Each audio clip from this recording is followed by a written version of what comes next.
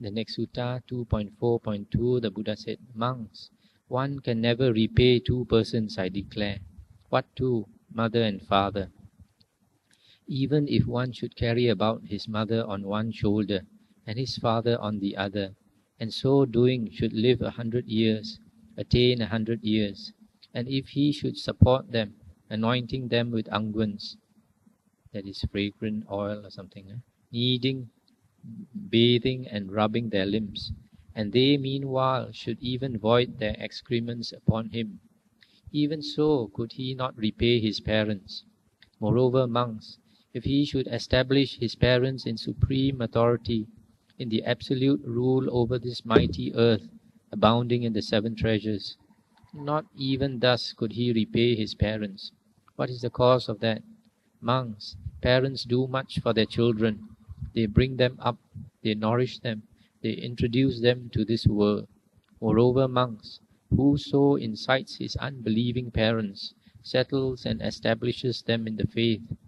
Whoso incites his immoral parents, settles and establishes them in morality.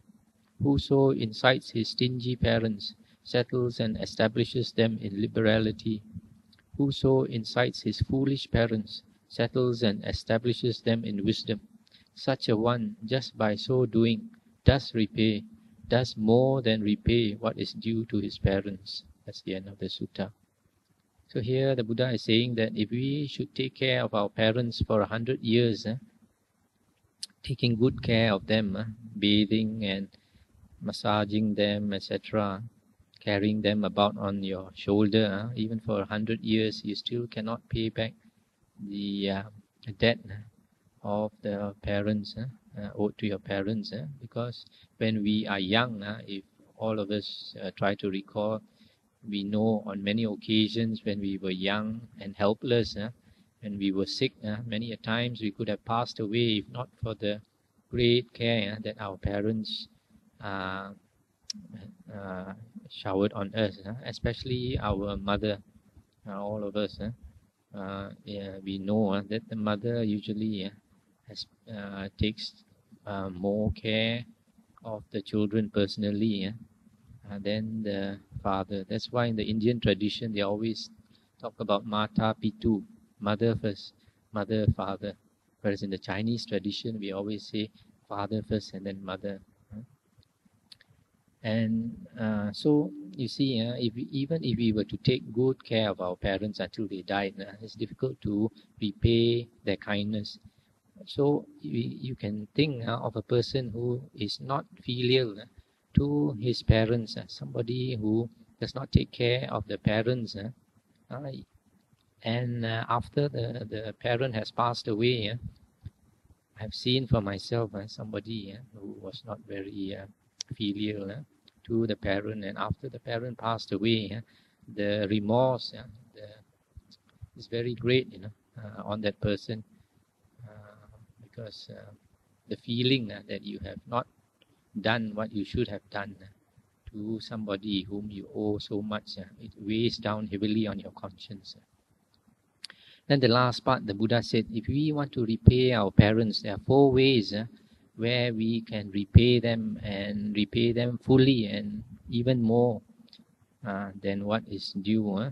One is, if they do not have faith in the Buddha, Dhamma and Sangha, you bring them to listen to the teachings of the Buddha, or you lend them tapes to listen, etc., and so that they have faith in the Buddha, Dhamma and Sangha.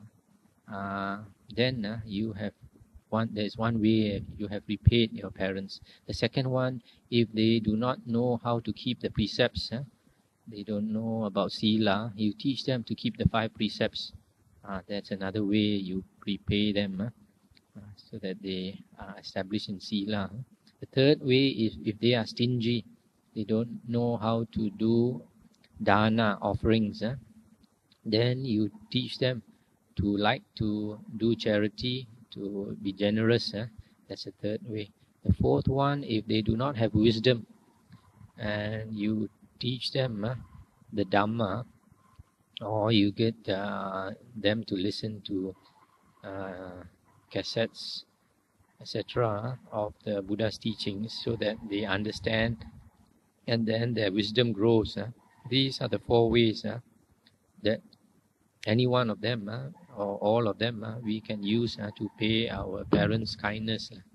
Why are these 4 ways important? Because you bring the parents into the right path, by having any one of these 4. If they are well established in any one of these 4 things, faith in the Buddha, Dhamma, Sangha, keeping the sila precepts. Third one, being generous, liking to do dana, offerings. And the 4th one is having wisdom. Then at least they would not fall into the woeful plains in the next life. And if they are well established, especially like in wisdom, they might never ever fall into the woeful plains again, and slowly get out of samsara.